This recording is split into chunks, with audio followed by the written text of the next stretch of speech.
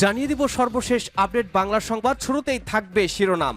হাসিনা ও হাসিনার বোনকে হত্যার ষড়যন্ত্র ফাঁস, দেশজুড়ে এক নৈরাজ্যকর পরিস্থিতি, পরিবর্তনের পথে অস্থির এক বাস্তবতা, আইন শৃঙ্খলা পরিস্থিতি চরম সংকটে, মহাবিপদে এবার বাংলাদেশ। আমাকে ও আমার বোনকে খুনের ছক করেছিলেন ইউনূস, বিস্ফোরক অভিযোগ শেখ হাসিনার। এদিকে সব দোষ হাসিনার, বাংলাদেশে অশান্তির দায়ে ঝেড়ে ফেলতে ভারতকে বিশেষ বার্তা ইউনূসের। সর্বশেষ জানিয়ে দেব ধানমন্ডি ৩২ নম্বরের বাড়ি, বিস্ময় ও এক বিভ্রান্তি, এ নিয়ে থাকবে একটি বিশেষ প্রতিবেদন। শুনছিলেন সর্বশেষ আপডেট বাংলা সংবাদের শিরোনাম, এবারে থাকবে বিস্তারিত।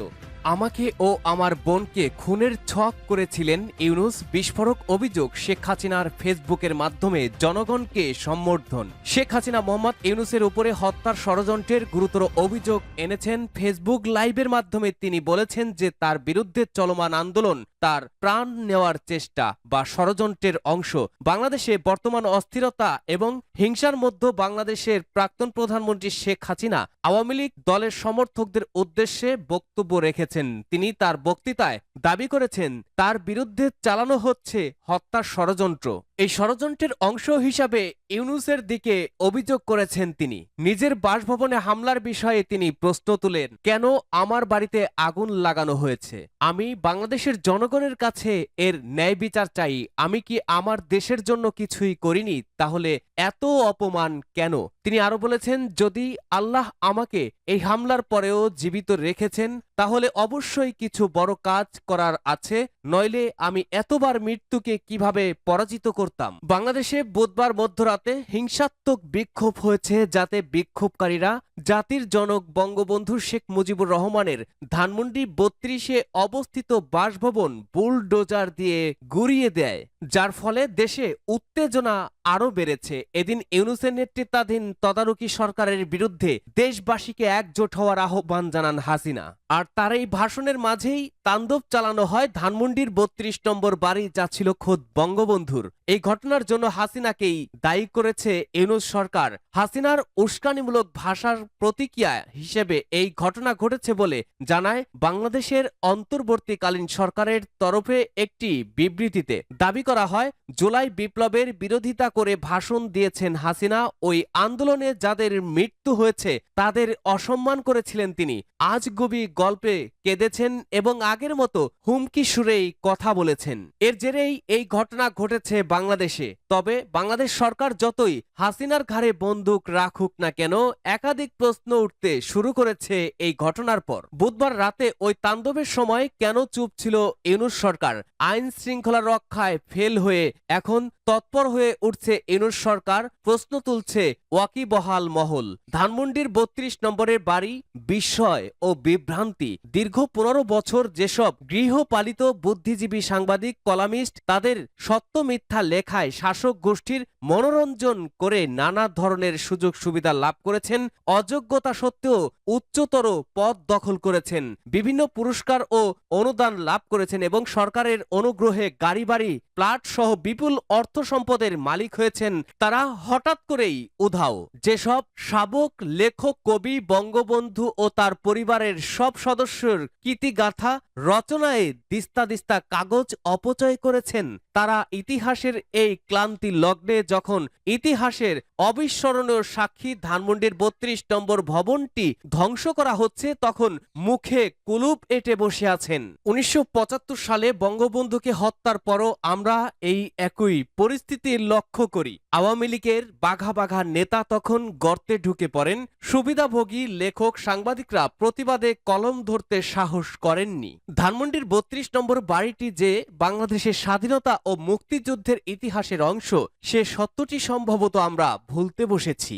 আমাদের বিভ্রান্তির কারণ প্রধানত শেখ হাসিনা বঙ্গবন্ধু শেখ মুজিবুর রহমানকে তার প্রাপ্য সম্মান ও উচ্চতার জায়গা থেকে নামিয়ে এনে তাকে আওয়ামী লীগের একান্ত নিজস্ব হিসাবে উপস্থাপন করেছেন। এই আত্মঘাতী প্রচেষ্টার সূত্রে ৭১-এর পরাজিত শক্তি, স্বাধীনতা বিরোধী এবং তাদের উত্তরসূরিরা বিভ্রান্তি ছড়ানোর সুযোগ হিসাবে কাজে লাগাতে বিলম্ব করেনি। ফলে বৈষম্য বিরোধী ছাত্র জনতার নামে মানুষকে খেপিয়ে তোলা এবং নিজেদের স্বার্থের সঙ্গে তাদের যুক্ত করে ৩২ নম্বরের বঙ্গবন্ধু জাদুঘর এবং স্বাধীনতার স্মৃতিকাগারের ঐতিহাসিক স্মৃতি গুড়িয়ে দেওয়া সহজসাধ্য হয়েছে।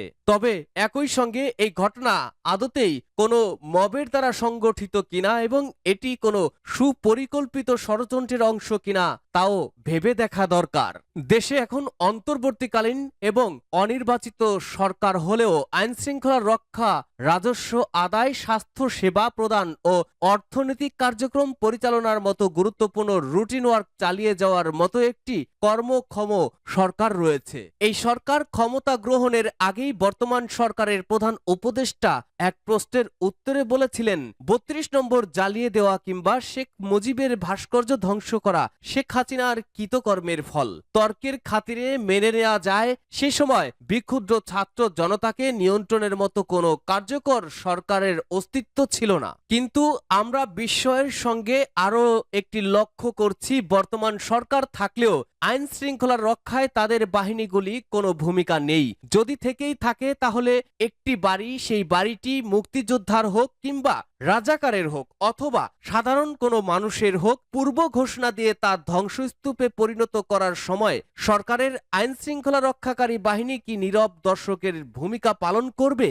আমাদের সেনাবাহিনীর প্রধান ৬ মাস আগে তার প্রারম্ভিক ভাষণে জনগণের জানমাল রক্ষার প্রতিশ্রুতি দিয়েছিলেন। ধ্বংসাত্মক টানা তৎপরতা দেখে বাধ্য হয়ে বলতে হয় তিনি তার প্রতিশ্রুতি রক্ষায় ব্যর্থ হয়েছেন। ধানমন্ডি ৩২ নম্বরে শেখ মুজিবুর রহমানের বাসভবন সহ দেশের বিভিন্ন স্থানে আওয়ামী লীগ সংশ্লিষ্ট ব্যক্তিদের বাড়ি, শেখ মুজিবের মুরাল এবং মুজিব পরিবারের সদস্যদের নাম সম্বলিত ফলক ভাঙচুরের ঘটনায় রাজনৈতিক দলগুলোর মধ্যে মিশ্র প্রতিক্রিয়া দেখা গেছে।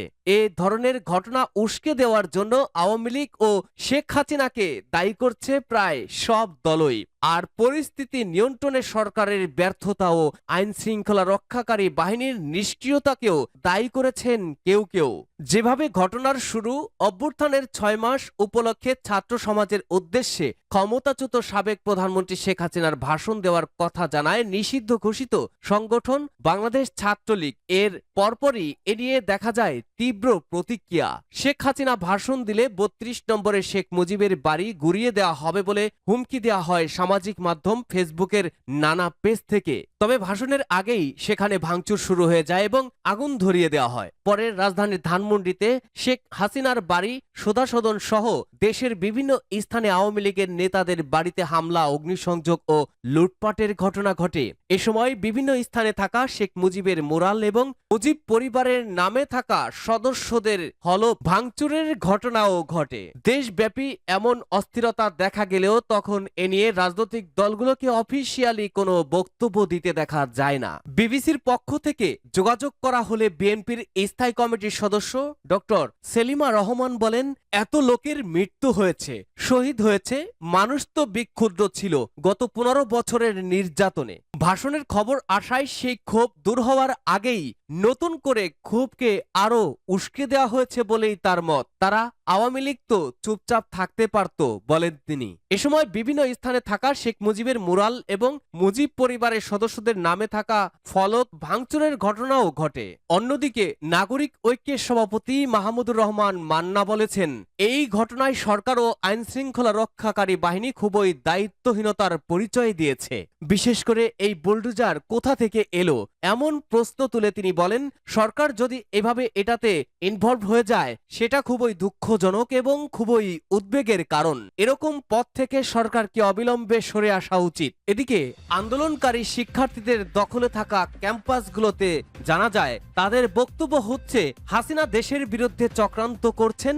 তার প্রতিবাদেই তারা এভাবে ফ্যাসিবাদের নজির হিসাবে থাকা স্মারকগুলি ভাঙছেন। ধানমন্ডির ৩২ নম্বর বাড়ি, যেটি শেখ মুজিবুর রহমানের স্মৃতি বিজড়িত বাড়ি, যেখানে ১৯৭৫ সালের ১৫ই আগস্ট তাকে সপরিবারে হত্যা করা হয়েছিল, সেখানে আন্দোলনকারীদের বক্তব্য এই বাড়িটাই বাংলাদেশের স্বৈরাচার এবং ফ্যাসিবাদের আতুরঘর, তাই এই বাড়ি তারা ভেঙে ফেলছেন।